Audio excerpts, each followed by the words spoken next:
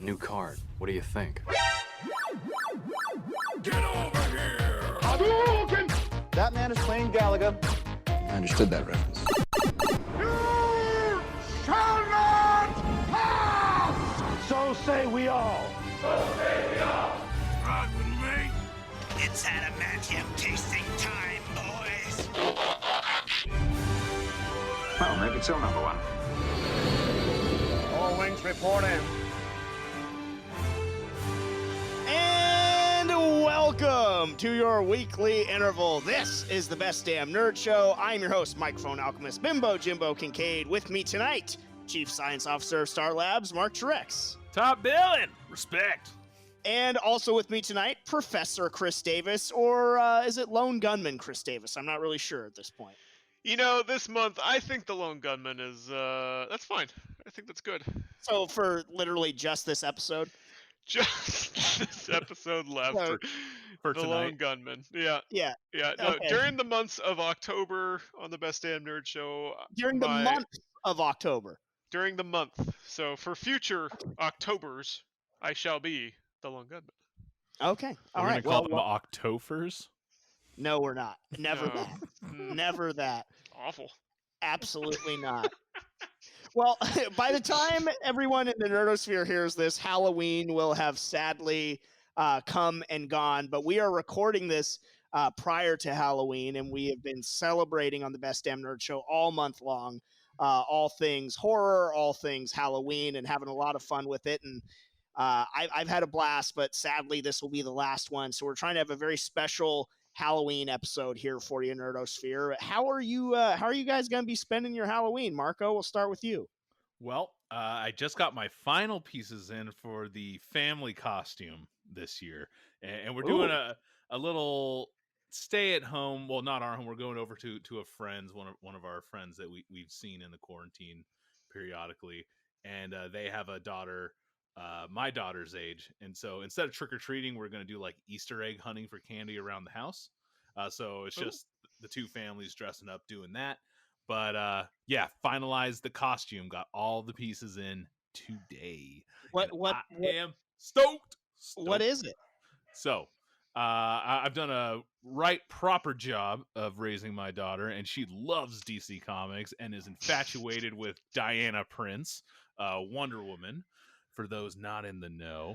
And so we are going as characters from DC Superhero Girls, the animated show that she absolutely adores. So she is Wonder Woman, and I'm going to be jock superstar Hal Jordan, and Joe is going as Babs Gordon. So yeah, Is she gonna be Oracle, like in the wheelchair? no, we're dressing up like the characters in their normal street clothes in that series. Yeah. Okay. I do appreciate, because as Mark and I got to catch up in Southern California last week, that's a little bit inside information for you there, is that your sweet daughter refers to Wonder Woman as Diana Prince. That's right. That's great. That's right. She likes the woman, behind the mantle. So it's good. Yeah, you're learning her good, Mark. So that sounds like a super fun Halloween. Yeah. She wanted me to be Hal Jordan. Whenever we play and run our, she's like, "You're Hal Jordan." I'm like, "All right." Same thing. Well, Green Lantern, Hal Jordan. She knows that Hal Jordan, aka Green Lantern, is the best in Mortal Kombat versus DC. Jeff and John, who could best testify to how much I dominate them, are not on the program tonight, but I'm sure they would attest to the fact that they never beat me as him. But I digress. But if you agree. Yeah. Are you going to ever even her out with some Marvel stuff, or is she just going to be just biased towards DC? Like, completely. Dude, I tried showing her the Christmas catalog from Target, and there's a whole page of that because they're bought and paid for by Disney. She saw Batman on the other side. She's like, "Batman!" I'm like, "Yeah, yep." right." created by Bob Kane, just like you were created by Mark Truex. That's It takes two. It takes two. You need to go back to school. Sorry, Joe. Maybe in 75 years you'll get credit, but not tonight. Oh, rough. Davis, how are you spending Halloween? Well, first I'm going to punch anybody in the face that ever says spooky season to me again. Not a fan of it. Yeah, no, I don't know what started this craze. It's been. I feel like memes started it. The phrase that I first started seeing it was in like the memes with the skeleton talking about like spooky season and stuff like that. You know, I haven't seen that at all. No, I haven't seen that at all. You haven't heard people say, "Oh, it's spooky season. It's all over news and it's everywhere. It's annoying. It's like living my best life." I It's mean, one of during these- October. October, yeah. See, that's fine, sure. I mean, that's better than spooky season. So. I prefer spooky season to October because nobody calls you Topher. It's not a real name. It's Chris Grace. It's Chris Davis. Yeah. I'm not Mace Kincaid. Live in your world, James. It's fine. It's ridiculous. What are you doing for Halloween, though, buddy? We got a little friends Halloween party going on. It's a group of friends up here. In the middle of a pandemic. That's bold. Yeah. No, it's a group that has pretty much just. That's scary. Yeah, we're keeping it horrified. Nothing scarier than you two making poor decisions. Yeah, we don't have kids, but all of these friends do. So great. No, they are. I mean, this is a group that we pretty much only hang out together, and these are just like the friends that see each other, and we try not to go outside of that. But your little pod. We're also just trying to live life, but also as safe as we can, but still kind of live. So, Nice cover. But we are dressing up. Court and I, we have our Beetlejuice wedding outfits that we will be doing. So excellent. Much more makeup for myself per usual, and another wig I'm gonna have to wear because there's not too many good characters with bald heads that have good outfits. I've come to find, and they're mostly evil. So, well, that's okay. You could be a great Lex Luthor. I mean, there's a lot of options. Dr. We will talk. Evil. Yeah. Yeah. And they're all pretty similar, there's not much to them. So Stone Cold Steve Austin. You'd be a great Stone Cold. Oh man, next year we gotta do a wrestling themed Halloween. You'd be great, dude. the day you catch me doing a wrestling Halloween, Davis. You would have Davis. If I do a wrestling Halloween, Davis, you would have so much fun as Stone Cold Steve Austin because all you would be doing is flipping people off, saying Austin 316 says I just whipped your ass, and drinking beer, chugging beer. People would be throwing you beers all night long, begging you for it. You would have the best time of your life being Stone Cold Steve Austin. Everyone's gonna want to see your Texas rattlesnake. That's right, too. Yes, that's true. I guess it would be kind of like doing the Witness Me from the War Boy, just pouring beer on my face instead of the spray can. We'll talk more about that because you've had some great costumes. We're going to be celebrating all things Halloween on this episode. But before we get to Halloween's past, we have to live in Halloween's present. We have to get into the finale, the finals of our Horror October Madness bracket went down. But before we get into how the final matchup between Freddy and Michael Myers went down, let's take a quick peek back at how we got here. Let's go all the way back to round one. There were these 16 combatants of horror, just icons that were going at it. In the first round, Michael Myers defeated Pumpkinhead. Of course, the cult favorite in Pumpkinhead was no match for Michael Myers. And all of, just what he represents. Jason took on Mrs. Voorhees in a battle that everybody wanted between, the two of the franchise, how the franchise started out. Mrs. Voorhees, the original killer from Friday the 13th, awful, taking on the more iconic killer of Friday the 13th. And of course, Jason carried the day there. Of course. Probably narrowly, but I don't really remember the totals. Pretty much went uncontested. Ghostface, who was somebody that I thought would make big waves in this tournament, defeated the Leprechaun. Pennywise beat Candyman. Chucky beat my sentimental favorite, Jack Frost. Maybe Jack Frost will make an appearance in another tournament down the line. He has a tendency to reform and come back when you least expect it. Freddy Krueger beat Ben Willis, and if you don't know who that is, of course you don't. He's the hook hand guy from I Know What You Did Last Summer, and somehow made it in. He was. Hey, I Know What You Did Last Summer was big in the '90s. I guess he had to be there. Well, pretty tense. Norman Bates scored an upset over Jigsaw in the first round. Leatherface defeated Pinhead of Hellraiser, and that rounded out the first round of this tournament. When we moved into round 2, it was Michael Myers defeating Pennywise in a very close competitive matchup. Jason danced all over Ghostface and cruised on by him. That was the one I was very surprised at how not close that was. And that is what sort of got me worried about what Michael Myers' fate in this tournament would be, because Michael Myers had a little bit of trouble with Pennywise. And then on the other side of the bracket, Chucky easily defeated Norman Bates, and Freddy easily beat Leatherface, and that took us to the semifinals, in which Michael Myers, in the closest battle to date, narrowly got by Jason.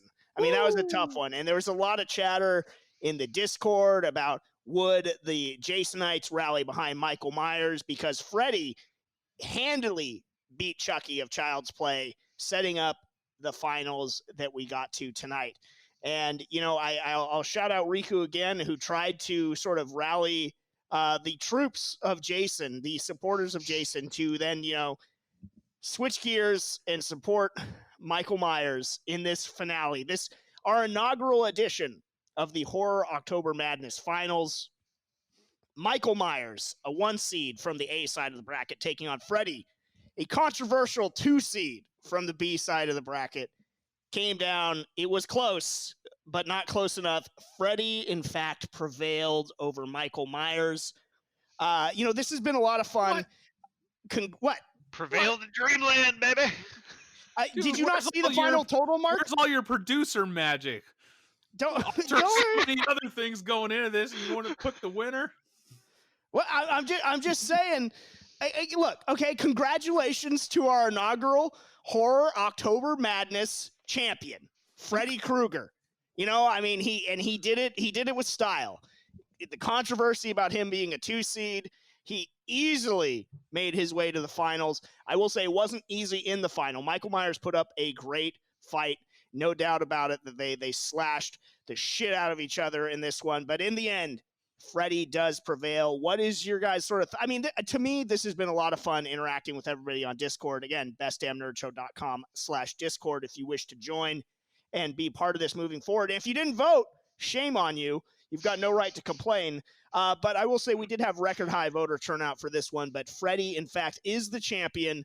Marco, what is your reaction to how this one shook out in the finals? You know, I get it. Kids nowadays, they need a little more like slashy, gashy, like flair and personality. I'm an old school person. I just want that stone cold Siller silent type. You know, it makes everything you described was like better. Just like, yeah, no, that means he's better. Everything that you said. No. See, that's what I'm talking about. No, I don't need all that extra flair. I just want the tried and true steady killer. Michael Myers was my dude. Freddy, never really been that into him. But I get the appeal. People like to laugh. People go to movies to laugh, right, James? I don't go to laugh. What's better than a horror movie that you just giggle in? Sure. Who the hell's giggling during that? I don't know. Welcome to primetime, bitch. See, but you know, I'm sad that Imperial Commissar Jeff Budd could not be here.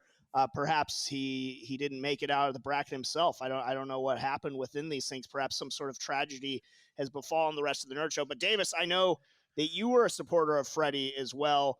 What's your take on how it shook out in the finals and how you like Mr. Krueger being our first champion? Are you reading votes out there? You looking at who's voting for who? I do. This there ain't no secret ballot. I thought there was some privacy in this. I went to visit. I saw Jeff last week as well, and he was trying to play coy with me, like, oh, I don't know who I'm going to vote for. I knew exactly who he was going to vote for, and I knew he would betray me and vote for Freddy Krueger. But that's okay. That's okay. I get it. It's whatever rubric you wanted. Yeah, and my rubric changed mid-tournament. Why was that? Well, because last week and previous weeks I've been going off who I think would actually win in the fight, and then this time I just picked who I liked more. So I went with Freddy. Not necessarily mutually exclusive. I mean, Freddy is terrifying and powerful and funny. He's great. He's got the look down. I think everybody just kind of goes off what they remember the most, and I think he's more memorable than Michael personally. And also, he has a Rick and Morty reference, so he's more topical at the moment. That show's still on? Still running strong, baby. Is it? Oh yeah. Is it, or they fall in love with their own legend now and just smelling their own?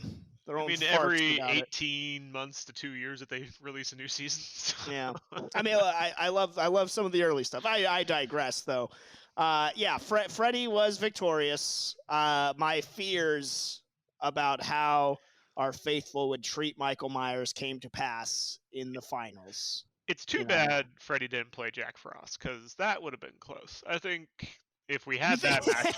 if Jack Frost, the sentimental, you know what, he might have been a little bit of a snowball effect if he had made it to the finals. You know, really pick up some steam and, maybe been the sentimental victor in the finals, but that's not what came to pass. I do have a little bit of pomp and circumstance, though, for our inaugural champion. So why don't we gather back around the campfire, because there's more to the story.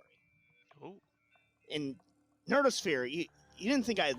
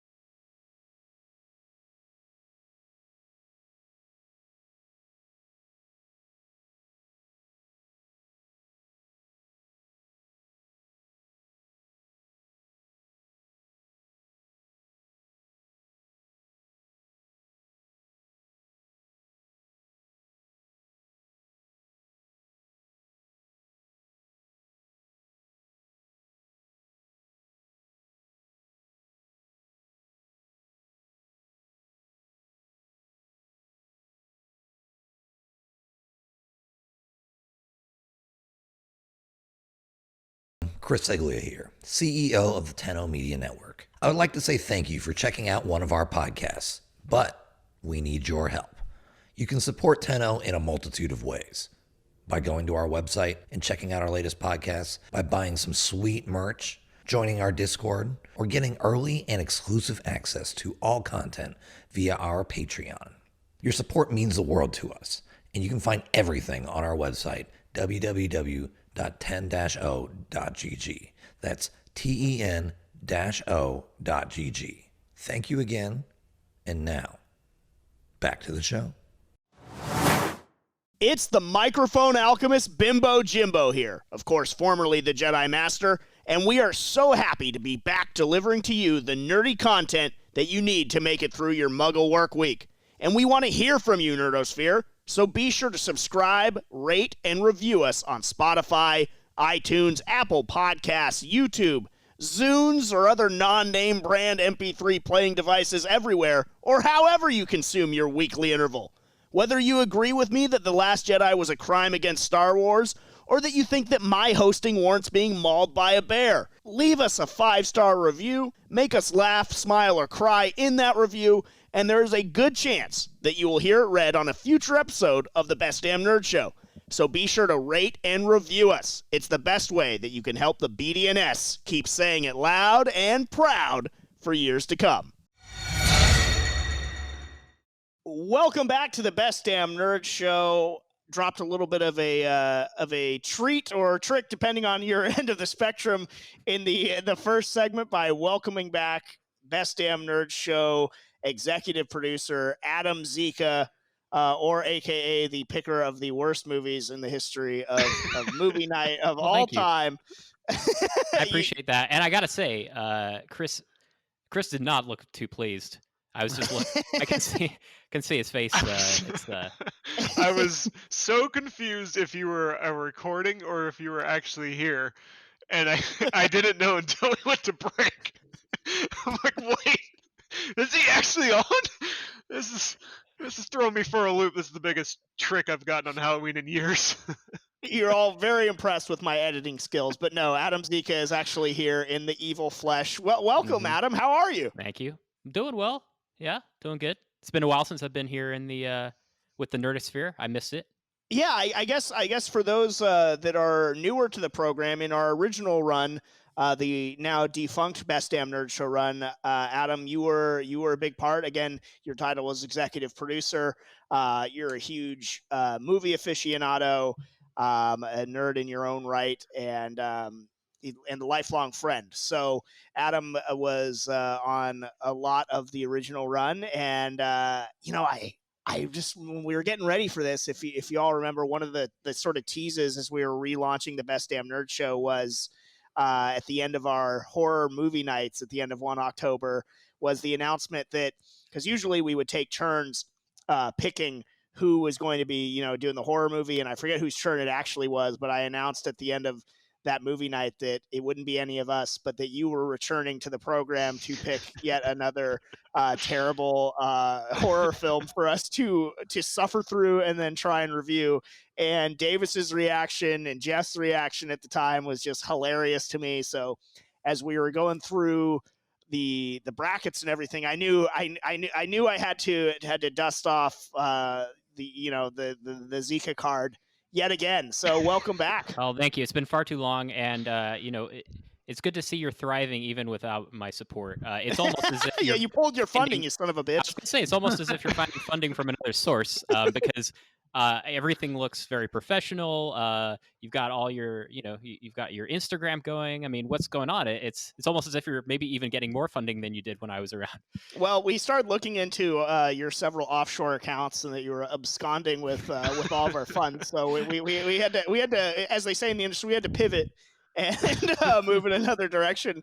But that we don't have video on this one. It would spoil the surprise. But you're rocking a little podcast T-shirt of your own, Mr. Zika. What does that say on your shirt? I am. This is Assorted Sours, which is a podcast that I'm doing right now with some friends. You can check it out. AssortedSours.com will take you to our SoundCloud. You two-timing us? Well, he hasn't been on. I don't have the listener base that you have until just now when I announced it. There are dozens of us. Dozens. Exactly. What do you guys discuss on there? Oh, it's just a smorgasbord. So a myriad? It's a myriad. We're all over the place. Come give it a listen. Go check out an episode you might think is interesting, and then probably stop listening about 5 minutes through is what I generally see in our stats. So come become a statistic. We'd be happy to have you. That's what everybody wants to become. That's something you hear every day. You're just a number, everyone. Be one. Yeah. But you're my number. Well, what are you doing for Halloween this year, buddy? Oh, doing very little. I mean, I don't know. Are you sick of kind of wearing masks like every day anyway? That's like the break you're gonna take.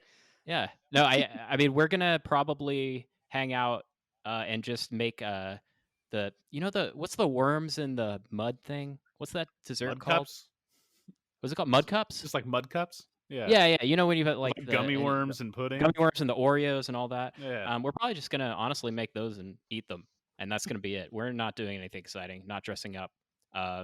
Although I do have my old bag of outfits. I could go back as Dick Tracy again, I suppose. We'll get it. We'll get into that in Right. terms of some of your favorite costumes and maybe most successful costumes that you've done. But it is, this is a definite treat for the Halloween season to have Adam Zika back on the program. But let's get back into it. We're going to get back into facing our fears. So I'm sure one of them for Davis is watching movies that Adam picks for movie night. But Realizing that Zika on here is real and a movie might be coming.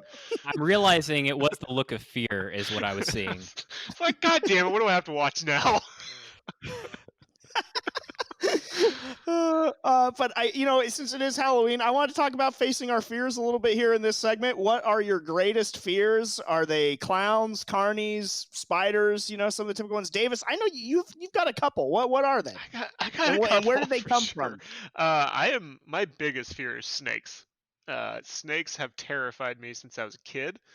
It started just with a gardener snake. I probably wasn't 4 or 5 years old, but those little things can bite.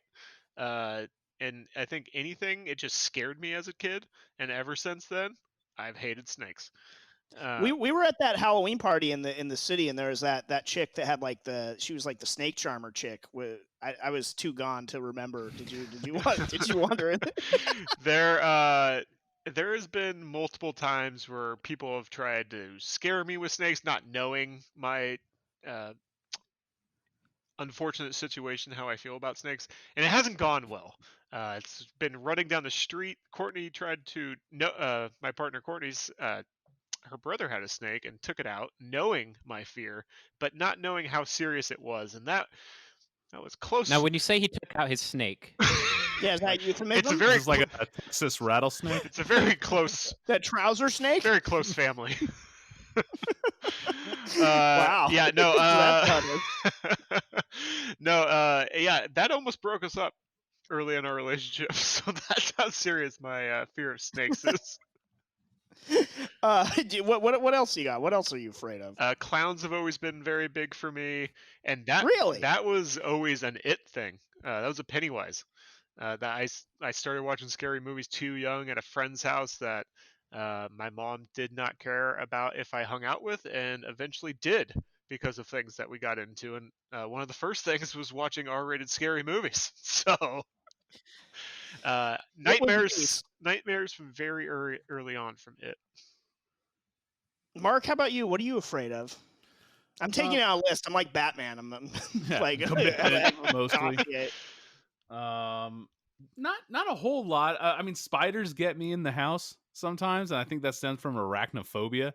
And I know people are say you have a spider in your house, leave it be, it kills other bugs. But I always envision it jumping at my face when I'm getting close by, and so I definitely think it's from that movie. So I always got to pound them out, get them, so to speak.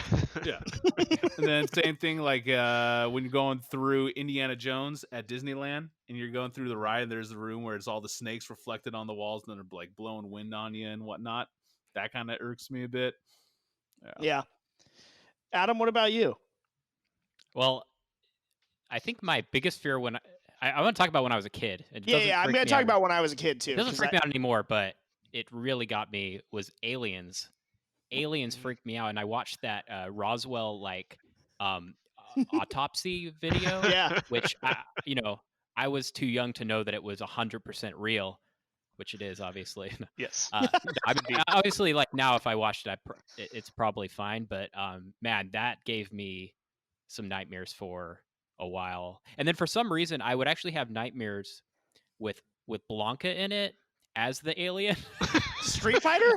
Yeah, I don't know why, but the alien merged into Blanca, and Blanca would be chasing me. I think it was the closest thing I had in my mind that I'd seen enough that I could actually relate to what an alien might look like. Yeah, I mean, an alien race full of Blancas would be pretty terrifying. I mean, I don't feel like they'd be sophisticated enough to create space travel though to reach us. I feel. But I mean, they might be able to power the spaceship with electricity, but I don't think that they would have been able to develop it. They'd be like a race that aliens visited that they destroyed and then took their technology. And ran with it. Yeah, maybe. I didn't know that about you, Adam. I don't think. What, the aliens part or the Blanca part? The Blanca part. The Blanca part, for sure, I didn't know. Blanca was one of my favorite characters in playing Street Fighter. When I was a kid, so I think that got incorporated into my crossed over. Yeah. I was afraid of bees as a kid. Like it was nature's terrorists, you know. I mean, what kind of animal it dies when it stings you? And it's just like I don't know. And like so, bees, the whole wasp family, everything that went along with them. I was mortified by bees, and there's they could be everywhere. Spiders also didn't like. Still don't like them very much to this day. Mark, I think you all probably know this story, but Mark, you might remember it a little bit better. But with the spiders, I had this G.I. Joe base. It was like on wheels. It was like their mobile base or whatever. So I'd play with it outside a lot with friends and stuff like that. And I left it outside, and it was by some like logs at my house or wherever where I was keeping it. I left it out there because that's just what I did, and I was ready for action and everything. And it had been a while since I played with it. And I remember I was staying at my mom's house, and she was leaving to go run an errand. And I was old enough, fine by myself or whatever. And I pull out the G.I. Joe base, and again, it had been out there for a few weeks, and I pull it out, and this was like arachnophobia status. Was all of these spiders like?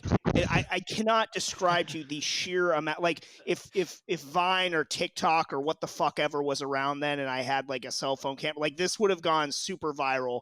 I was scared out of my wits. They all start pouring out of this base, and I look in the dead center of this base, literal spider's nest, like that pulsating little motherfucker from Arachnophobia was in there. And I'm outside, so like I should have been able to like be like, but it was like, it was like in my mind, it was like they had me. I was alone too, like I see my mom's like red Mazda RX-7 pulling away, like comically, like just like out of reach, and I'm freaking out, and I run outside or run like off our property down to like the sidewalk or whatever, and like scared out of my mind. One of my brother's best friends happened to be like stopping by to see if he was home. He's like, "What's going on?" And he totally played the hero. Guy played the hero, took like the hose and like put like the gun nozzle on it and just blasted them all for like however long it took. But that was a traumatizing or near traumatizing experience for sure. Spiders were definitely. I still don't like them to this day. Not a fan. Not for me. Not in the least. What sort of was the genesis for any of your guys' fears? Like, David, like I don't like snakes either, but I don't feel like I'm ever gonna run into them. Oh, well, like unless I'm out hiking or whatever kind of deal. It's like I don't like, but spiders are everywhere. I've ran into a rattlesnake. I've ran into a viper in Thailand. They're around, man. This shit. Yeah, you went to Thailand. That's like on you. Yeah. You went to their home. Yeah, you went to where they live, dude. Spiders come to where you live. No. Oh, man. Not into it. Rattlesnakes are everywhere, too. You go to the south of the U.S. and Arizona, they'll be hiding in your basement, in the underskirts of your house, trying to find a cool spot. Then they get you. They rattle. Mark, what was the origins of your fears? Like, why? I mean, I honestly think it might have been arachnophobia. I feel like we watched that a lot, and it was real fun. But I think it was just like cuts over and over again, just making that scar bigger and bigger with every watch. And now it definitely resonates with me. But I've never been like actually attacked. It's always just more of a psychological thing that it's going to happen. And then I heard like the statistic that like the average human eats like 10 spiders in their lifetime because they crawl in your mouth when you're sleeping. And so that's what it's like. Whenever I see it on the wall, I'm like, I have to kill it, or it's going to come into my mouth when I close my eyes. Isn't that like that Snapple cap fact that? Like exactly. So it's true. Yeah, that's a fact. No, they're actually not facts. That's fiction. They made it up. That's true. They made it up, Mark. But you know what? For every spider you kill, like 10 more climb in your mouth at night. That's how they get their revenge. Yeah, cut off one head and 8 more will take its place. They don't appreciate it. Yeah, they don't. Well, I remember, what was it like? I don't know if this is true or not, but if you like kill a bee or whatever, the pheromones, or they can smell its blood or something, so it'll attract other ones. So even that, fuck bees, man. Not into it. Still not down. Bees are better than wasps. I mean, wasps are like psychopaths. Wasps are assholes. Yeah, wasps can just sting you like over and over again, and at least bees, they have to be willing to die to sting you. Yeah, that's what I mean. Nature's terrorists, though. Like, they will do that, though. Like, it's fucked up. I don't like it. All right, what about, like, let's get back into more of the traditional Halloween side of things. What kind of movies, like, freaked you out, like, as a kid that sort of put the fears in you? Adam, was it Alien movies for you still there? Were you not cool with the Xenomorphs, or was it, were you weirdly afraid of Cocoon? Like, what was that? Actually, I did watch Cocoon as a kid, and I don't remember it being scary. All I remember was that I was very young, and there was a scene where a girl was in like a hot tub, and it was like you see her naked rear, and I was just I remember as a kid You were terrified of that. Yeah, no, it was like we watched it in class, and I was like, it was one of those awkward things where you're like, whoa, like did you all just see what like was on the TV? It was like one of those situations. Anyway, point being, not scary, but the alien abduction movies. Yes. Like Fire in the Sky. There it is. Those are no bueno. Like, yeah, I didn't even see that. I just read about it and saw like the movie. Like, I would always look through the our local video store had the what's coming out like next month, and I would like look through all of it and just see what's coming out next. It was back when barely any movies came out. Now there's like 8 million movies on Netflix. So I saw Fire in the Sky, and it just reading about it freaked me out. Yeah, I for me as somebody like of faith, and somebody that believes in like possession and stuff like that, the demon movies always resonated a little bit more with me.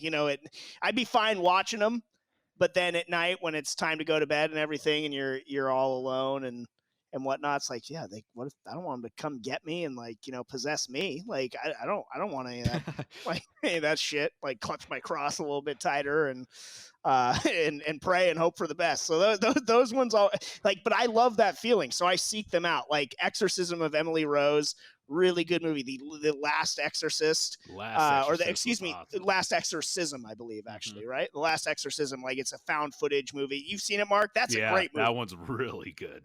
I love that movie, and it's how it all comes together at the end is phenomenal. But that's another one too. It's like, oh man, like I don't like it.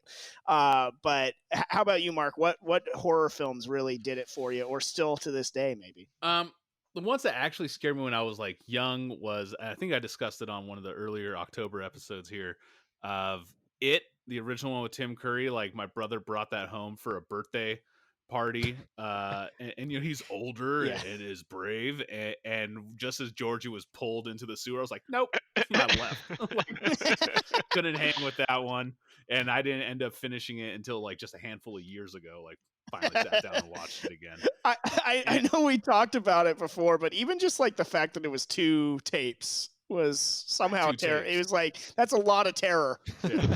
I was gonna say, you just finished it because that movie is like 800 hours long. It's so good. It's like the Temptations of horror films. And then other ones when I was young was the original Texas Chainsaw. I just remember Leatherface goring a dude in a wheelchair with a chainsaw, and I must have been like 2nd grade, something like that. I was like, this is too violent. And so even now, it's like I don't like the Texas Chainsaw movies. I've never seen the new ones. It just something just irks me about them. I'm just like, I'm not gonna watch that. Not it. You're like you're like my dad, who is a decided not fan of Halloween.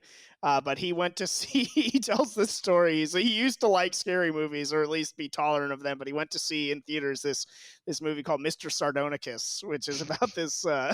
It's a black and white old school classic horror film. And this guy's got like a permanent like crazy smile on his face, and it freaked my dad out.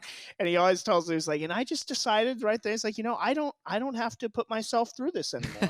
And so he's been opposed to horror ever since, and doesn't really understand why I'm into it. Like the Christmas tree's already up at his place.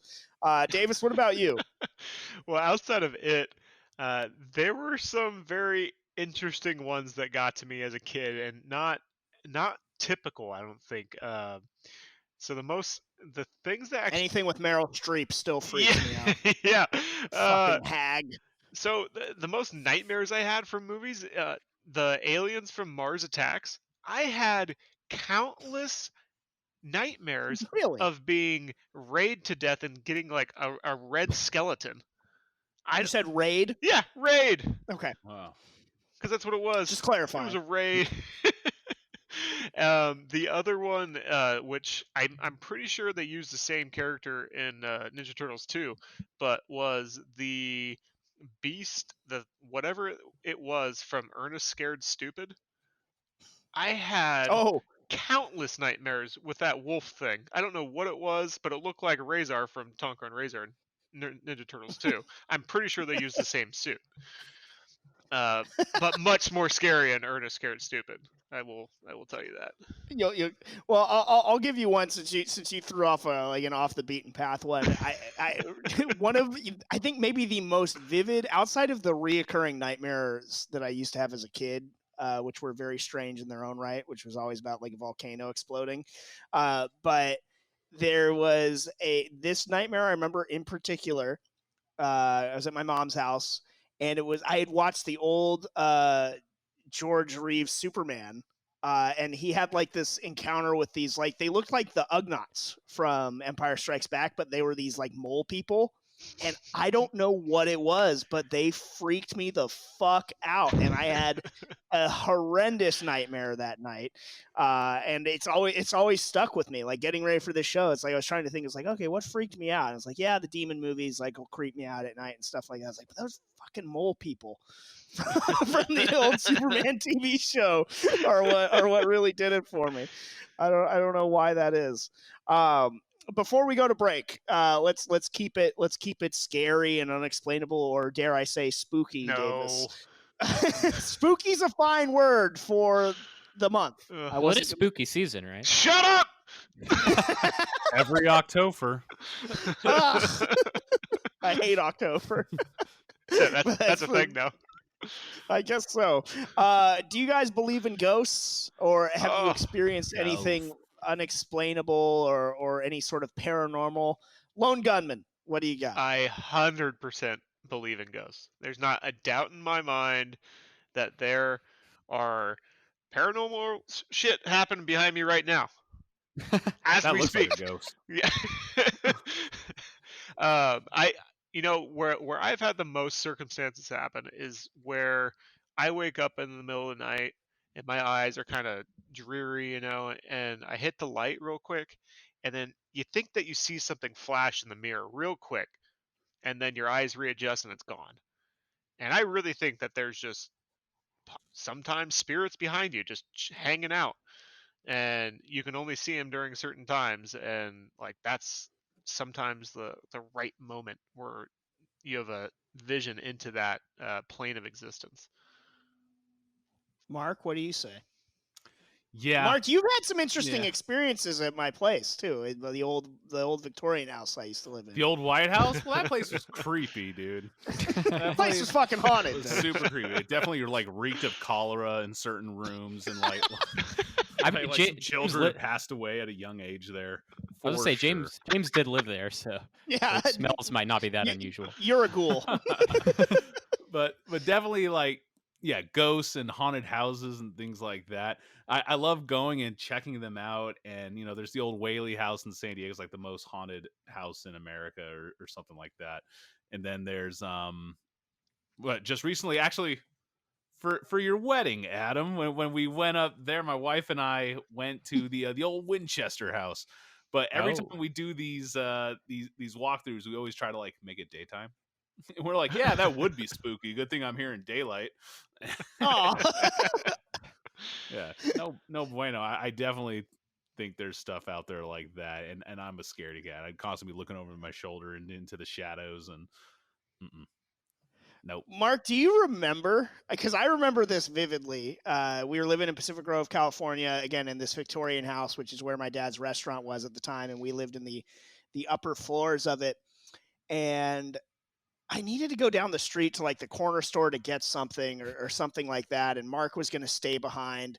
And I was about to walk out the door from where we were at. And we heard this noise that it sounded like an animal being slaughtered. Like it was so out of nowhere. We couldn't identify any source. I just remember stopping dead in my tracks and looking at you, and you had this like, blank expression on your face. And I was like, well, I'll be back in a few kind of deal. Like, it's just there were a lot of weird things that happened in that house, which I'll maybe touch on in a minute. But Adam, what say you? I'm kind of surprised that everyone's kind of have had these. I usually watch those. I watch those like ghost hunter shows sometimes, and I think those have made me just believe less in it because Yeah. those shows are like it's always the same thing, right? They're like they go in, they have I don't know what it is. Somebody who knows those meters and stuff better can like the spectrometers and yeah, stuff whatever you use, and it's supposed to pick up the spooktrometer. yeah, spooky season trometer, and it's supposed to pick up sounds. And of course, every time it happens, this house is rated GB7. They're right. They never capture anything, right? Like they never really capture any footage. Usually the camera's on them, so you can see them being scared. Watching all of those, it's made me less and less think that it's like likely. Like I think if those shows didn't exist, I'd be more. Do you know what TV skit I'm thinking of right now as you're describing that, Adam? A parody done by one Andy Dick. Yes, the Andy Dick show. Yeah, when he goes he goes into the I forgot it was like a Walgreens like or a Rite Aid or something. Yeah. It smells like the devil pinched a loaf in here. He like reads like this in Spanish. It says "por favor." He's like "por favor." It's like freaking out. Yeah. I mean, you remember those, right? Like how after watch. So for Mark and Chris, I'm curious. Like, did you watch those and think like, oh, that's happening, or are you like, oh, that's a fringe thing and it's separate from the stuff I think about? It's separate. I think that's just for the ratings and for the bucks. I don't think that's real what they're doing at all. I think people have their own circumstances. Agreed. There can't be that much camera action around and still be denial. So that's all myth in Hollywood. And I don't watch them. I don't partake. Yeah, don't like them.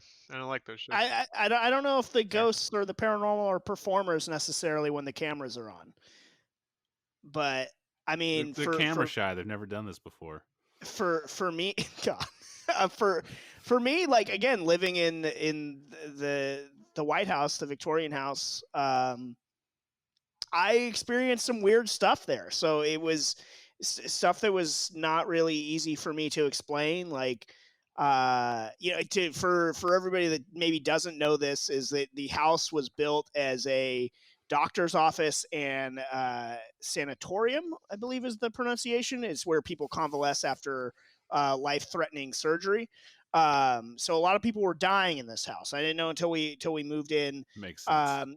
Like when we were moving this stuff, like somebody's like, oh yeah, see how like the stairs, like they get really wide at this one part here. It's like, that's what's called a coffin corner, because, so many coffins were being carried in and out, with the bodies and everything. So it's to carry out the dead bodies and stuff like that. And sorry, not to interrupt. No, go ahead. I was going to say that house has been bought and sold like 3 times at least since you've been there, so maybe there's something to that. It's clearly cursed, at least in some way, shape, or form, at least financially.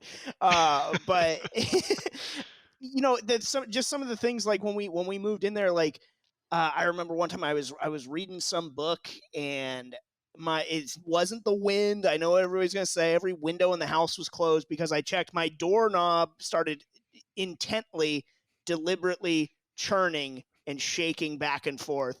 I look up and it stops. I'm like, that's weird. Probably the wind. I thought like everybody else. And I go back to reading it. Starts doing it again. And like I get up. I figure maybe my dad's playing a joke on me. He's sawing logs. And I know absolutely when he's faking or not. And he again is such a fraidy cat. He wouldn't pull that prank on his. I was in high school at the time. and there, I mean, there were other times, like people that worked for my dad that saw people dressed in the sort of old time attire of when that house was built, like up on the stairs and then being gone. Me going down the stairs, and I don't want to get so bogged down in this, but I remember this night vividly. and going down to the first floor, which is where my dad had his restaurant, which is where we would get like, water and supplies for the night. It was a great place to live. Don't get me wrong. I love this place, but it's probably haunted. The door that led into the restaurant was this, the original door, unlocked with the old school iron key and everything like that. And it was always finicky. But on this night, I remember going in, getting some water, and I remember feeling it was pitch black in there. And I remember just feeling like there was something in there that wanted me to go back in there. And I'm trying to lock the door because it's the door to the restaurant, and it's not turning.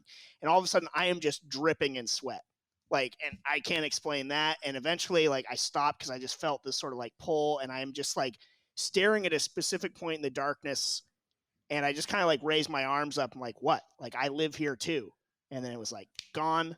The door locked on my first try. And I was like, that was fucking weird. And there's more details to that story. But again, I don't want to get bogged down in everything with it. But it was, I have never felt sort of the pull or called to by something ever quite like that before or since in my life. What did it want with you? I don't know, but my instinct was sort of, I guess, the Holiday Inn Express last night, how you stand up to a bear kind of deal, was just try to make myself look as tall and big as possible and just sort of assert myself that yeah, I live here too. Just what? Imagine you shouting into a dark room. Yeah, I mean, it was really bizarre, but and there were some other things that happened in that house. I think Mark, you were maybe there for one of the children laughing, and then there were no kids outside. Kind of there's some weird stuff that happened in that house. But I don't know how to explain it, but it was good times. One of my goals absolutely is I want all of us to go on a haunted retreat, sort of Until Dawn style, that's my ultimate birthday goal. You're in? I'm good.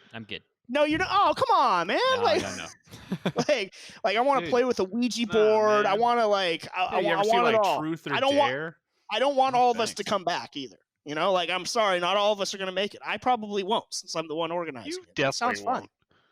Yeah, 100% you won't. You know what? Maybe I'll be the killer, and then you'll fucking see how it goes. You are easily one of the first ones to die. Fuck you. I have I'm the no lore interest in bearer. I'm the touching a lore Ouija bearer. board. I have to live long enough to give the rules. So that's definitely something. There's a lot of great haunted spots, though, even just in California, that we could go do. But there's definitely that's a big time goal of mine is to do something like that. I can't believe you guys wouldn't be in. What's the top spot that you'd want to go? Not just in California, but what's the number one? I would love to spend the night in an old insane asylum that people say is haunted. Ugh, no. Solid. that no. sounds like a great time to me. Yeah, what a retreat we could have together. Is that on Airbnb? It might be, bitch. It might be. Let's all do. It's not on Airbnb. It's on bitch. It might be. But I would love to do that. I just think that sounds like such a great bonding experience. You could freak yourself out. What a great Dude, what a so great thing to many do for horror Halloween. movies start that way. I know. I want to So live many. one. Ugh. No. I love Halloween, and I love being scared. It makes you feel alive. I just think it would be so much fun. We all spend we could do it as best damn nerd show thing. We could all have we could do our own huckster show. Well, we could make our own found footage film. Hopefully somebody finds it from I was gonna say, who's going to find the bodies. footage? And Well, I hope what they are find you it cowards? after theaters reopen, so we can actually show it. Well, Adam, you have experience with horror films. You were a big mover and a shaker with Evil Inside or Dead Inside. Yeah. We should have done a found footage, probably in hindsight. maybe we could have recorded the one you're talking about. Hey man, Matt Mercer was in that movie. That was good stuff. But yeah, I would love to do that. So I don't know. Have you guys had any experience doing the gimmicked up haunted houses and stuff, like the corn mazes and all that jazz? Do you guys enjoy those? Mark, you're nodding your head yes. Tell me about some of your favorite experiences. Love it. There was a good stretch where my wife and I would go every single year and try a different one around San Diego because there's some really good ones, and even gone with Mr. Jeff Budd on a couple occasions, and there's this one where we did the haunted hotel, which is in downtown Gaslamp. It's in the basement underneath the old Hooters, right? So you know it's haunted. and you go through it. It's like this labyrinth of different rooms, all themed off of different movies and stuff. So like you get into this one room, and there's like a cradle in the middle of it with like a demonic baby turning heads in it. And you go into another one. It's like this shifting subway car with body bags, and it's really high production quality. And I just remember at one point of it, like, Jeff was in front of us, and so it was just Joe like holding on to his shoulders and like screaming into the back of his head with every step. How emasculating. Yeah, for you, Mark. Yeah, I was holding up to the rear, like batting things off, and then like as soon as we turn this corner where you see the final staircase to get out, a guy pops out with like a chainsaw and just revs it, and Joe just like pushes us both aside and bolts up the staircase, just out the door. Yeah, that one's absolutely amazing. And then also in San Diego, there's the haunted, what is it? The Haunted Trail, which is in Balboa Park, which is our huge like central park, if you would, in San Diego. And so it's this outdoor adventure where it's like all these different pop-up vegetables, like you're going through different cottages and like motorhomes. There's a part where they make you go up a school bus and out the back emergency door, and it's like filled with Freddy Kruegers and smoke. And what was neat about that, since it's so wide and sprawling through like a bunch of trees, that they actually chase you with like chainsaws and stuff. So you're booking it through at full speed, and they are right on toe chasing. This is what I'm talking about, man. Yeah. Oh, those things are amazing. I have such a fun time on it. Get the blood. Yeah, but we could do that like for real at a haunted place for real. No, definitely not. Davis, how about you? Oh man, there was one core maze I did in Northern California. I think it was in Cornell or something like that. But it was just really well done. It was a big maze, tons of places to get lost. I mean, we lost a friend. I don't think he got out forever. He's gone. He's gone. Nice. No, that's what I'm talking about. I think it took him about real stakes. 30, 40 minutes after we all finished. Like he was still like trying to figure it out. I think he just walked out the side at some point. I don't even think he got to the end. But no, they did. They set it up really well. They had the chainsaw guy chasing people around, and you just hear this chainsaw in the distance, and people just screaming like, "Oh wow, that's awful." So you're just waiting for that to happen to you. And then one of the better ones I've been to, there's a old rundown creamery in Arcata, California, in Humboldt County, and just run down, and they just did it up, and it was definitely known as the place in the county if you want to get scared. Are they still doing it? No, I mean, maybe not this year because of COVID. I mean, I know that's not stopping you from partying. No, since years past, it's been bought, and it's actually a restaurant. I think it's a restaurant now, actually. But it was just the place to go, and not for kids, really. And it was just like the adult scary place, and that was always a lot of fun. Mr. Zika, are you one to do the haunts? I mean, I would say my ideal is the Haunted Mansion at Disneyland. It's a little lighter. There's ghouls and ghosts, and there's the hitchhiking ghost at the end. I feel like that's scary enough. Get some sweet tunes. I've been in a couple others, but I haven't gone to like an official haunted house where they just set it up for Halloween. I've done the ones where they're like kind of semi-permanent at like Universal Studios, stuff like that. So they had The Walking Dead for like a year, and like a Van Helsing one or something. I'm too twitchy when it comes to the people getting close to me. I say there's two things. So number one, Adam just puts him in a Goga plot. First thing is I don't love people jumping out at me in general as like a general thing. But the second Adam hates surprises. Is I don't like the screaming of the girls either in front or behind. There's always the group of girls that where they scream more than they're scared, and that is what kind of gets me. Is I'm like, number one, you're ruining the experience for me because you're screaming way up there, so I already know that something's coming up. But then when they're behind you, they're like blowing out your eardrums. So it's just not my. I'll stick to the Haunted Mansion. $999. It's weird goes, that whatever. James really likes people jumping out him, but when the homeless dude in San Francisco, he gets all uppity about it. It's the same thing, man. I don't know what you're talking about. Listen, hey, that's You there's animals. there's no better haunted house than the End Judah late at night. A guy with a rusty saw staring at me, going, "You never know when you get your neck snapped." I'm just like, I'm pretending to listen to Matchbox 20, but I heard every word. Yeah, there's some terrifying things that happen. Nothing more terrifying than Adam Zika having access to my old AIM chats on the Cool's laptop computer. Well, I didn't read those. Okay, they read those. the to be fact that clear. you heard them. I was around when they were looking at them. You're a ghoul. The man is a ghoul. I was in the room. Okay, I was in the room. You're a ghoul. I've unleashed an unspeakable horror upon the world. No, I got to give a shout out though to, as far as haunted houses go, maybe my most favorite sort of experience, sort of thing that you do at Comic-Con. The Court of Owls haunted house that they did when they had the DC experience outside of the convention hall was super rad. And I did it maybe, I think, 3 times. And I think even on the last time, like when I was leaving, I was like, "You're doing great." Like I just gave him a thumbs up. Like I was so excited. It was so cool. And like some really legitimate, like they did it well, especially for being a pop-up, like some cool scares and stuff in it. So shout out to them for doing that. It's a shame that this year, all that stuff, because of everything going on, sort of had the kibosh put on it. But we're going to keep celebrating Halloween. We're going to take one more break. When we come back, we're going to relive some of our favorite Halloween memories, costumes, candies, and more on the Best Damn Nerd Show.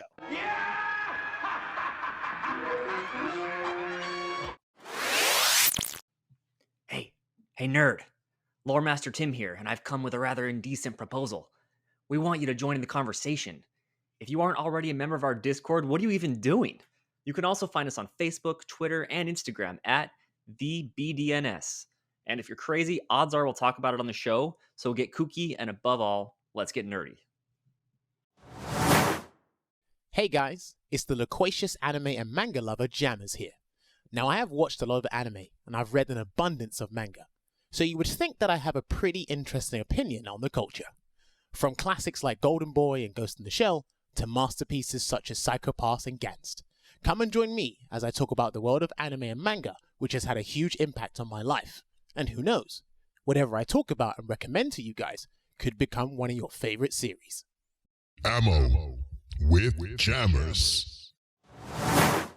It's the microphone alchemist Bimbo Jimbo here, and when I'm not verbally super kicking Last Jedi fans on the Best Damn Nerd Show, or fantasy casting The Rock in another movie on the DLC, well, that's when I actually get to talk about wrestling. That's right, come join me in the Wrestling War Room, where I take my mic to the mat and launch my hot takes about the Wednesday Night War between AEW and NXT.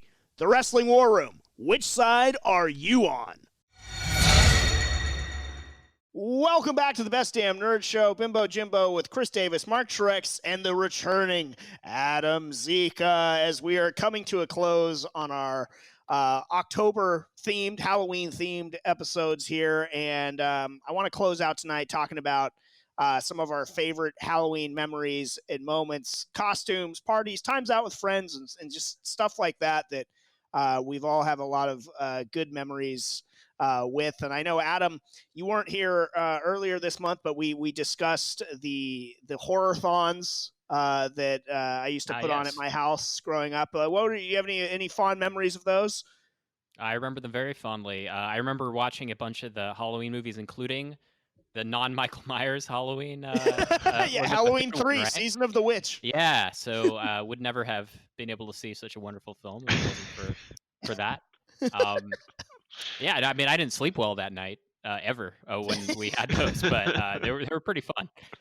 Yeah, I always enjoyed those very much, and I think I mentioned this on the episode, but going to the like that hometown movie rental store in Seaside, California, to try and find the most like off the beaten adult path section. Yeah, they did have that, but that's not where we were going. We were going to find the most random ass horror films that we could find, like Killjoy and stuff like that, and all the Apex Entertainment ones. There was just good stuff. They were a treasure trove. It was a treasure trove. Diary of a Serial Killer. Great Yeah, movies. just some good stuff. But but yeah, I have a lot of great memories of that. What about things that you've dressed up as? Favorite costumes from your life? Adam, we'll start with you. Oh, we talked about this earlier, but the Dick Tracy costume that I put together back in high school, it was probably the first costume I've ever actually had to go like piece by piece and get stuff from all over the place to try to actually get it accurate. And what was that? After all that, I got like third place or something in the.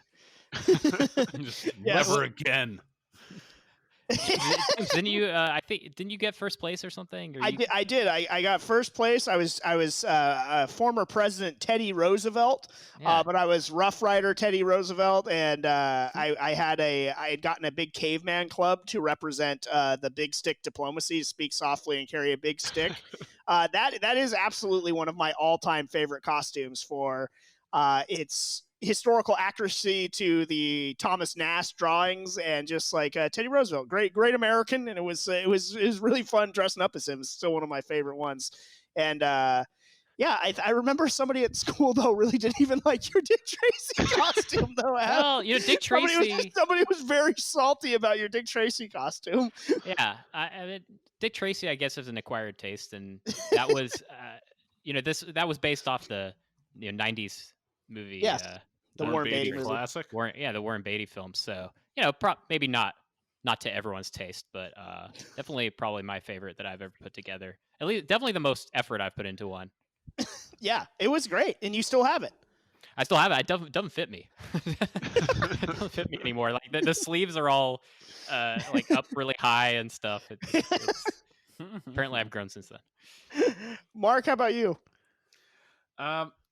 Every year, my wife and I like to dress up, and we usually do couples costumes. We have a blast doing it, and we've had a couple fun ones in the past, and even more recently, doing them with incorporating our daughter into the mix has always been fun. But that's great. Some of the standouts of recent, couple years ago, we went as Abraham and Rosita from The Walking Dead. I love that one we were too. ready So to good. fix this whole damn thing. You were ready to pour in the Bisquick is what you were ready to do. I saw a picture of that. That was really impressive. I remember seeing that photo. That one came across pretty good, and it was great walking around Gaslamp San Diego with a bunch of like fake machine guns. My machine gun definitely got grabbed out of my hands and smashed on the ground at one point of the night. I'm like, all right, fair enough. But that was a good one. We did a Preacher one where I was Jesse Custer, my wife was Tulip. From the show Preacher comic book, and our daughter was dressed up as God. She was an adorable little Dalmatian, which you've seen the show, you'll get it. And last year we went as Seven from the movie Seven. I was Brad Pitt, and my wife was a head in a box. She was Gwyneth Paltrow. How did nasty severed head? How did that work?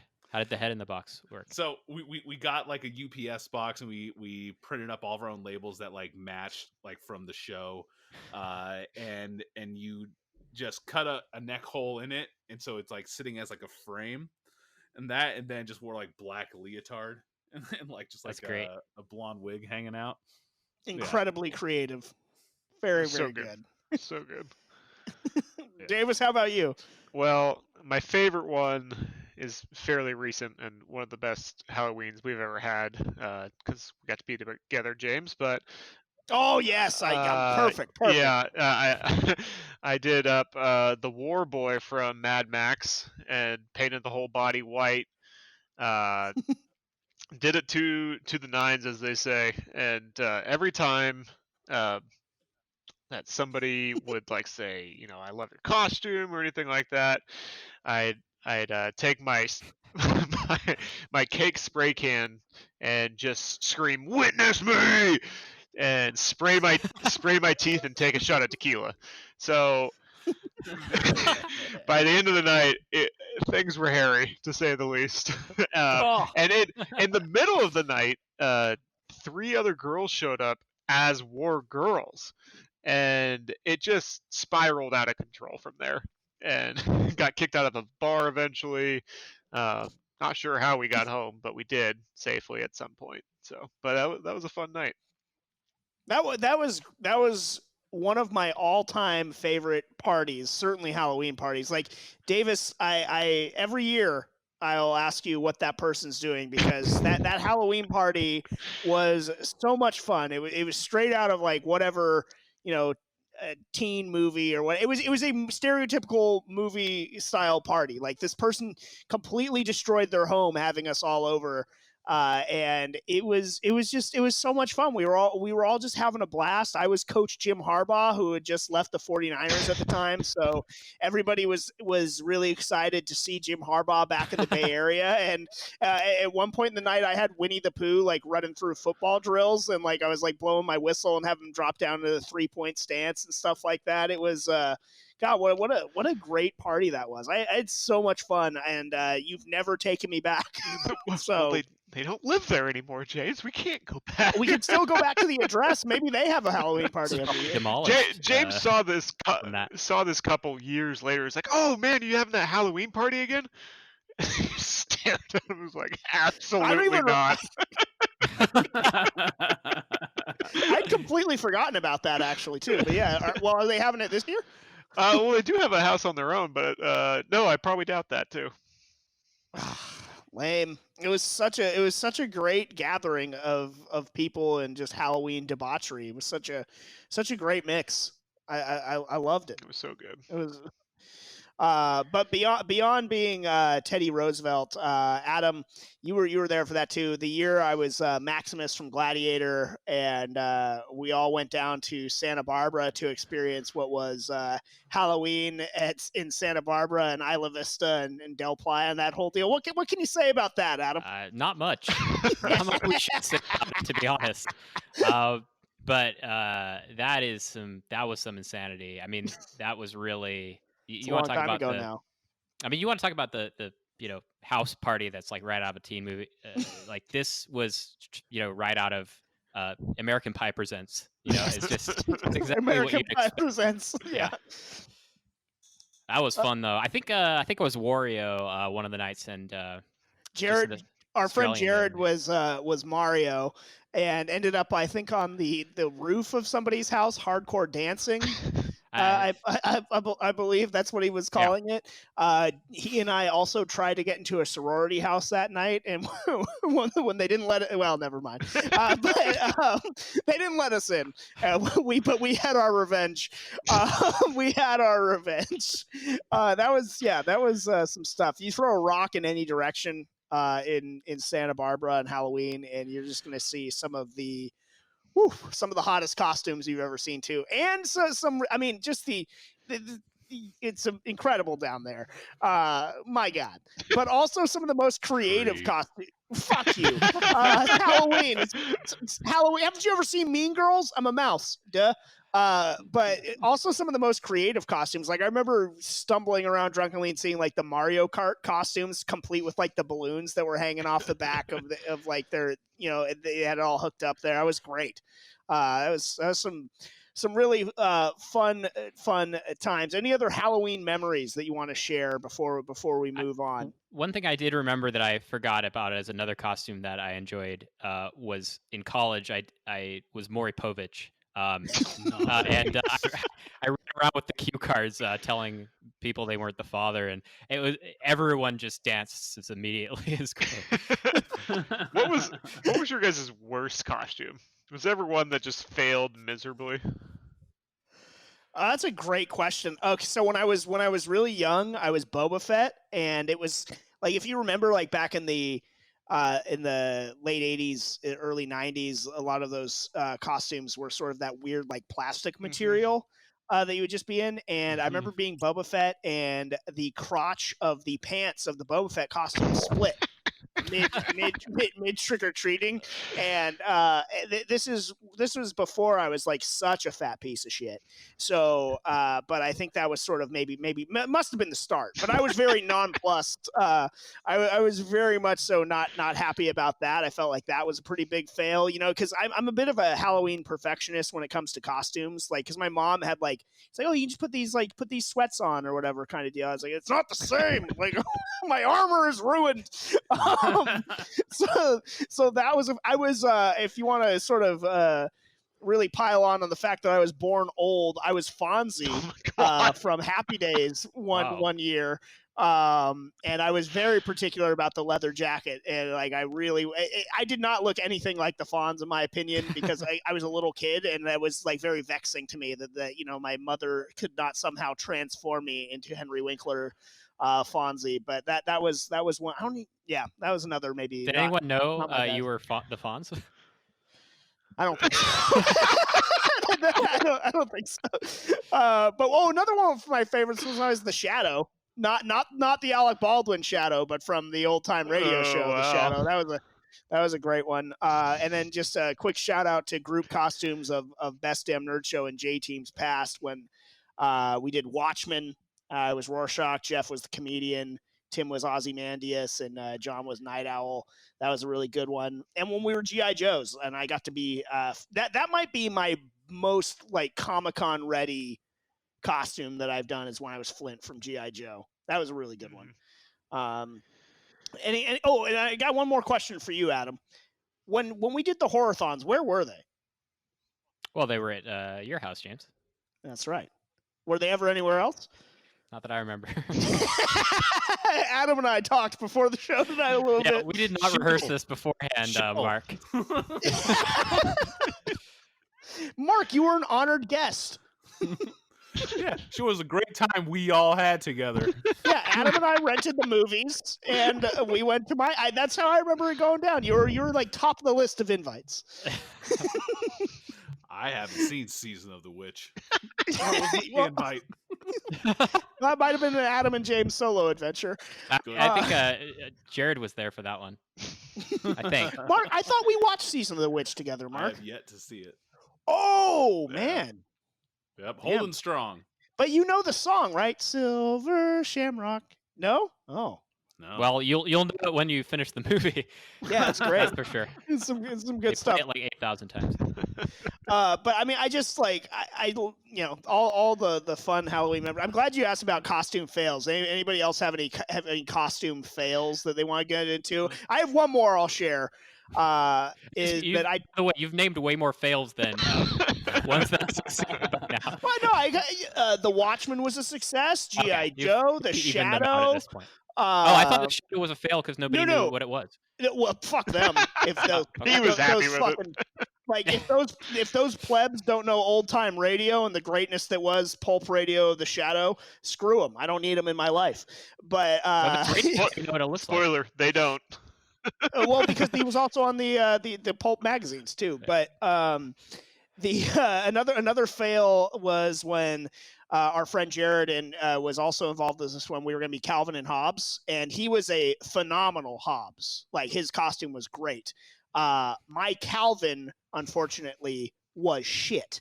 I tried to dye my hair yellow to look like Calvin from Calvin and Hobbes, and it turned green, like Joker green hair. For some reason, no department store had the right kind of shirt for Calvin, so I got a plain red shirt and was trying to Sharpie black lines onto it on the floor of my girlfriend's apartment. And it bled through the shirt. And so when I picked up the shirt, there were line upon damn line of Sharpie on her floor. And I remember my dear Hobbes, because she was not happy. He pulled me outside. He's like, "Hey, how bad are we talking here?"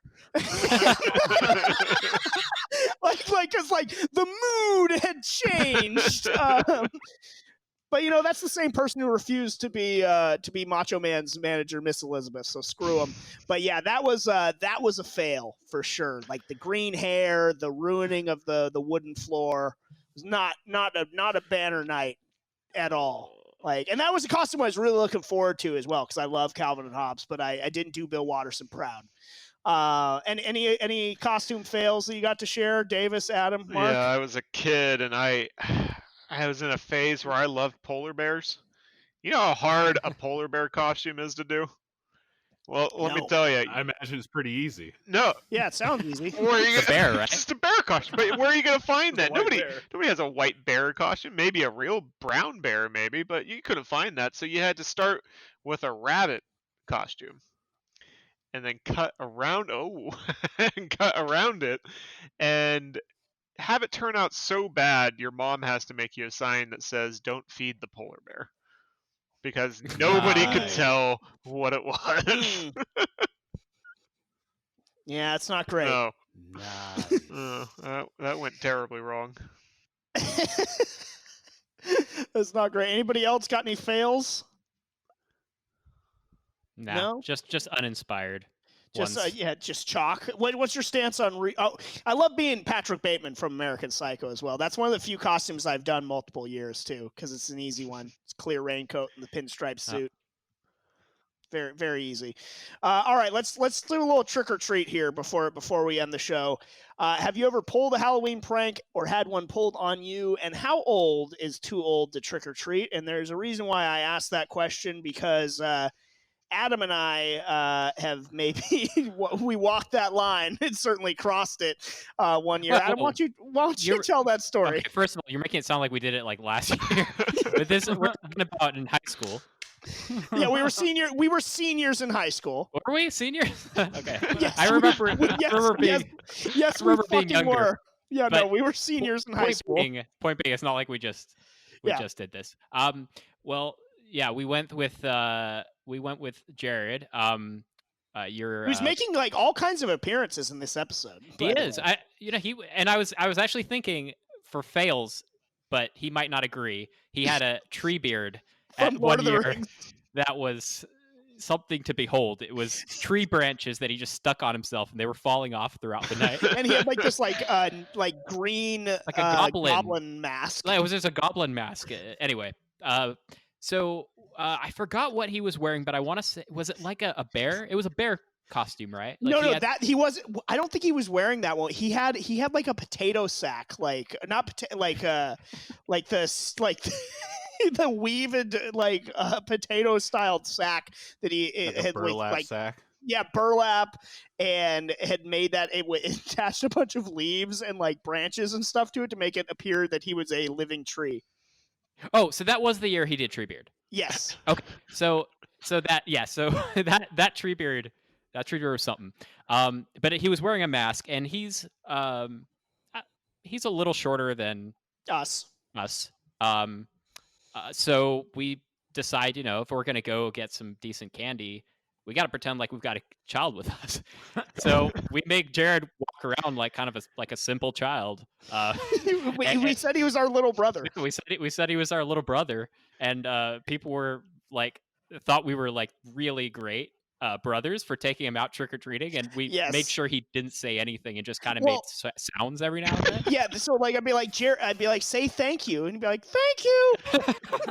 So we're just like getting all the candy as seniors in high school, very highly questionable. And occasionally he'd like walk off into random directions, and we'd have to grab his hand. Like, Jared, I told you to look before you cross the street. We're going this yelling way. At him. Yeah. It worked. We got a good candy haul out of it. Yeah, we did. And you know what we also saw that night is we did come upon a house where some hooligans were on the roof of a house throwing eggs at trick or treaters, which wasn't very nice. But that was not very cool. But it's Halloween. Sometimes you get the trick, sometimes you get the treat. Have you guys ever pulled a prank or had one done upon you? Anybody TP your house? I know forking was like a big thing for a time period. I never really got into that. But by the way, I welcome anyone wants to TP my place. I could use some more. Yeah, I know, exactly. Yeah, you rue the day in the pandemic. And nobody's TPing anyone this year. All right. Well, let's get into the one thing I had circled to debate this evening. That is the topic of candy corn. Where do you guys come down on candy corn? Because I think it is absolutely disgusting. It's fucking gross. I have no room for it in my life. Like, whoever invented it is a horrible human being. What say you, Marco, on candy corn? It's not my favorite. It's not my favorite. Does It's it have trash. its place in the season? Sure. I think it's cool for decorations. If there's like a bowl of it left out, I might like have one, and it's like little nibbles getting through. You never just pop it all. You're like, oh yeah, I remember this. Yeah, and I don't Still like a bad the taste of decision. it. It's just like, Yeah. all right. Like, How many having years a is this fill. going to trick me? Yeah, but I'm not hating on it. Not hating on it. I find it weird though that the representations of candy corn is always with like the triangle point facing up when it's a corn kernel and the head of the kernel is the biggest face. It should be represented the other way. So yeah, it's both it's disgusting tasting and it's not even accurate to the anatomy of a corn kernel. Davis, where do you come down on candy corn? It's one of those candies where you take a few bites, you have a couple, and you're like, why am I still eating this? It's just wax. The flavor. I was just gonna say it's fucking earwax, and they try and pass it off as candy. The flavor is just straight just hard sugar. Really, there's not much to it, and it's just it gets to be too much after the fifth or sixth one for me, and I'm just like, nope, can't do anymore. I'm gonna get an instant headache. Here it comes. And I love my candy, so. I know you do. Davis is a big spree guy. Yeah, I remember that. Spree? Loves his candy. Like my awful candy. I mean, you get a. It's like sour barely candy. An extra sour spree shock tart, something like that. Ooh yeah, give me that. Ugh. It's like Tums candy. Adam, where do you come down on candy corn? Oh, it's awful. I'd rather chew on those doorstop springs. Like, they probably have the same texture. I'm glad that we are 4 for 4 on saying that candy corn is garbage. It should be abolished from Halloween. Well, I mean, I didn't say that. It isn't. Mark did say it was good for decoration, and it is because I agree on the decorations. Yeah, you can decorate with it. Candy corn is a cautionary tale. Yeah, they say trick. It's for the kids. They say it's like have some of that. They say trick or treat. It's the trick. It's not a treat. So. Yeah, absolutely. I agree there. All right, as we are wrapping up tonight, let's get our fantastic, or for the season, our frightful 4, our best Halloween candies that we would want to get, whether you're trick-or-treating as a kid or as a senior in high school or going out even today and passing yourself off as somebody that should be getting candy. What were your fantastic 4 Halloween candies? Marco? Big Reese's guy. Big guy right here. Cups or pieces, though. And I mean, you always hope for the pumpkin. It's never the pumpkin, but you hope for the pumpkin. But okay, so you're going cups, not pieces. So well, yeah, you got to go cups. Yeah. And then you got to go pieces too, because they're two separate things. I mean, no, you're they're totally different. They're two different Reese's products. Yeah, I know they are. Are you putting both of them on there? Oh yeah. Oh yeah. Power move. I'm not getting crazy. I'm not putting the Reese's Pieces cups in there, because now it's just like, I already got both of those separately. I can just eat them with 2 hands if I wanted. But yeah, Reese's Pieces are great because you get the little nibbles and it kind of like that little candy coated shell and that snap. And it's very tactile in the eating process. I like it. The cups are great. They always give me heartburn eventually when you have too much. Twix. Love Twix. Okay, so you're up to 3 now. See, again, little crunchy snap there, crunchy snap. And then I'm always torn. If I had to have 4, because that's part of the great thing of Halloween. There's so many options in the bottom of that sack. They're not all good. I think I'm probably eating. Give me the Snicker bars. Give me the little bite-sized Snicker bars. Those things are tasty. Okay, bold with having 2 Reese's products in your Halloween bag here tonight. Davis, what do you got? All right, Mark, I do agree with you on one of here. I love me the Reese's cups. I think that definitely belongs. You got to have it on there. Got to have at least one chocolate. Gotta have at least one, but I won't have any more than that. All chocolate. Wow. Yeah, can't. I'm Chocolate adjacent. when you're pieces. when you're allergic to chocolate, you can't have too much of it. So I can't have too much of it on. Are you allergic to chocolate? Yeah, I'm lactose. So Oh, take a pill. I do. That's how I eat this candy. What is wrong with you? Then we Yeah, got. remember that Easter? We all got Easter bunnies. Yeah, chocolate bunnies. It didn't go so well for me. So. All right, so you got the Reese's. Yeah, Puffs. and then you got to have a little bit of chew on there. So Laffy Taffy is gonna make it on. Oh no, no. Get the little mini Laffy Taffies. Love them. And then gotta have the sour. So the Sour Patch Kids definitely make it in. And you're always a little disappointed because you want the full bag of Sour Patch Kids, and these ones you only get like 4, and it's like, all right, there better be some more in this bag somewhere. So, and then 4, I'm going a little different here.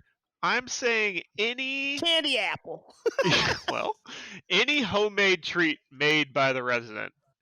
Cookie, no! apple, homemade. I want it in the bag. Parents, you need to shut your mouth. I want my homemade treats back, and that makes it in.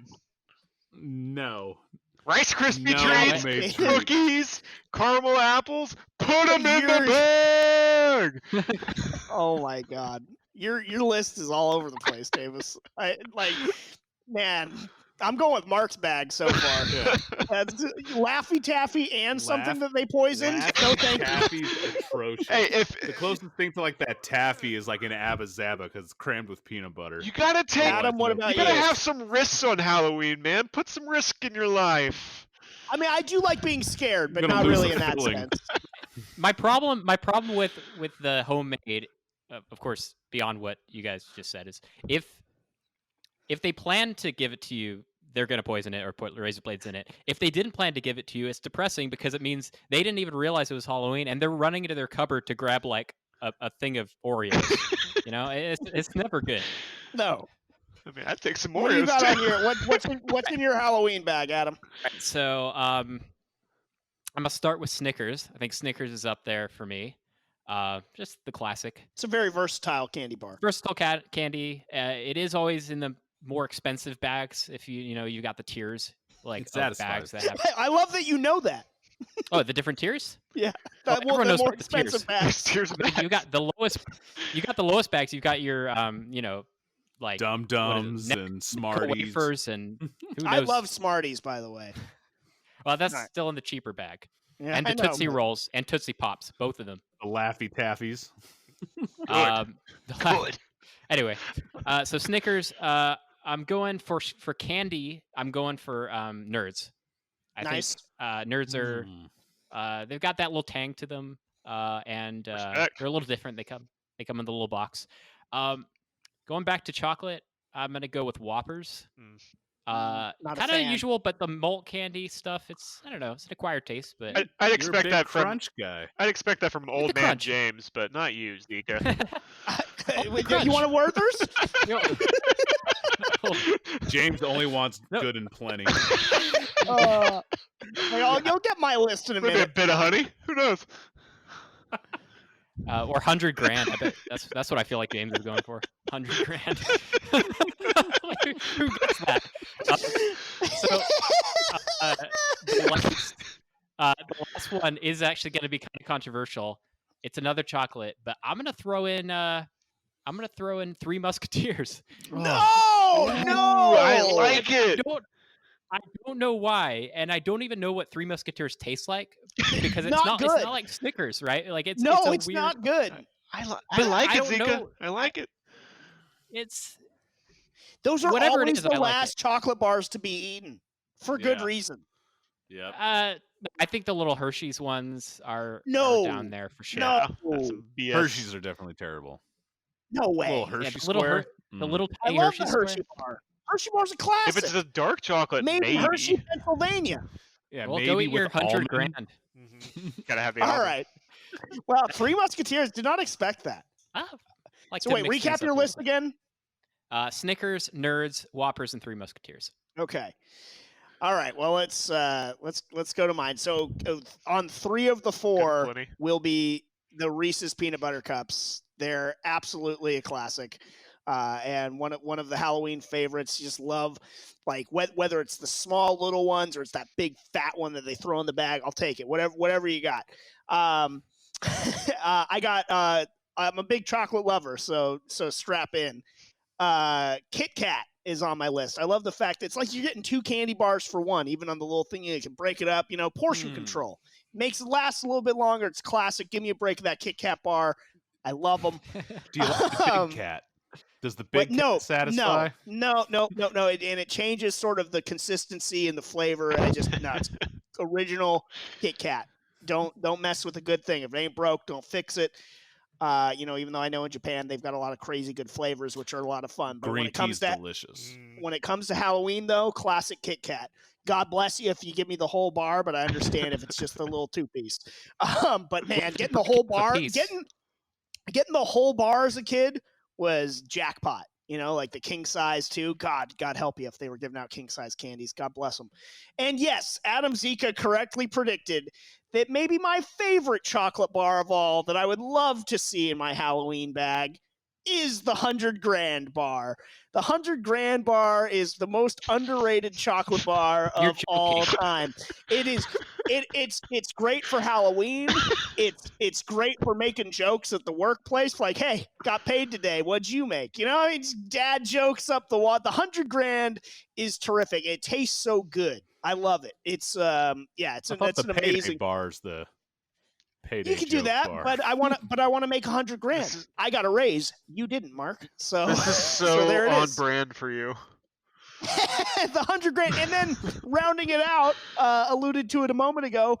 Man, you could get so many of them. You usually get like if the house is given away, you're getting at least 3 in that bag. I love Smarties when it comes to the sugar candies, dude. And the Smarties last a long time. It just so good. I love. You might as well put Necco wafers in there. No, Necco wafers are trash. Necco wafers are trash. Smarties. Tamales. How about hot tamales? Ooh, No, absolutely pick. not. Great pick, Zika. Oh, Me and you, buddy. Here we go. No, Smarties are where Welcome it's at back, when it comes to the sugar candies. However, I do have to give a shout out, and Adam will know this because making our final appearance on this podcast is our friend Jared, but specifically his father, who would come in after we were trick or treating, and he would always just say this. And this is why sometimes the bad candies are great, because you find the one person that likes them, and then you have trade leverage. He would come in and go, "I want all the sugar daddies," and none of us like the sugar daddies, so we would reap the rewards of that. So yeah, you do always want that friend who likes like 100 grand bars or sugar daddies. 100 grand's great. 100 grand is a phenomenal chocolate bar. But this has been a lot of fun. Reliving Halloween, welcoming Adam Zika back to the Best Damn Nerd Show. Before we go, Adam, tell people where they can find your podcast again. Well, you can check us out. At Assorted Sours is our Twitter handle. Just go to assortedsours.com. Pretty apropos, given we were just talking about candy. And you didn't even put Sour Patch Kids in your list. I didn't, yeah. And don't, these are not technically Sour Patch Kids. Well, we're not recording video. We're purposes. We're not recording video, but they most assuredly are Sour Patch Kids. If you go to the website and you see what you think are Sour Patch Kids, they are not. They absolutely are. That's strange. Just like Jeff was trying to claim that the villain in Last Friday was not Jason, and that the expanded villain was not Freddy, but a regular dream slasher villain with claws. Yeah, those are Sour Patch Kids. What are those, Kids, Tart Patch Kids? Tart? Yeah, it's a bit tart. Yeah, they're sour. Tart farm. Tart Pale Kids. there we go. They're sour farm children. Yeah, there you go. I love it. Yeah, check it out. AssortedSours.com for the clearly newly created logo stuff there. But this has been great having you on. You should definitely come back on again soon and probably punish us and make us watch a shitty movie or two here or there. Well, I'll be on the lookout for some terrible movies, and I'll make a return at some point to make sure we all watch them. And I got to say, seeing your name pop up in the Discord in terms of wondering what you were doing, I know everybody will be thrilled to have heard your voice on this episode and that you're doing well. And yeah, it's just great to have you back. And I know Halloween's past by the time you all hear this, but happy Halloween, Nerdosphere. This has been a really fun month of shows, and I'm looking forward to. We have a whole mess of other episodes that we want to do on this topic of, Davis's favorite phrase, spooky season. So we got a lot of material left to revisit. So if we didn't hit it this year, we'll find another place to do it, whether that's next October or someplace in between when it's apropos. But have a happy Halloween. Have a great week, everyone. And remember, if you're a nerd, always say it loud and say it proud.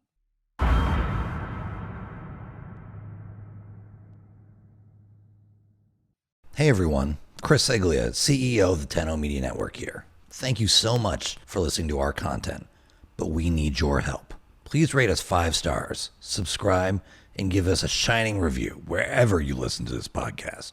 It really, really helps us out. And one more thing, please tell a friend if you can. Tell them Tasty Steve, Hanzo Gonzo, Markman, Rip, Ricky Replay, or someone who everyone loves sent you or something. That might help. Anyway, again, thank you for listening. And if you want more, make sure to check us out at www.ten-o.gg, www.10o.gg.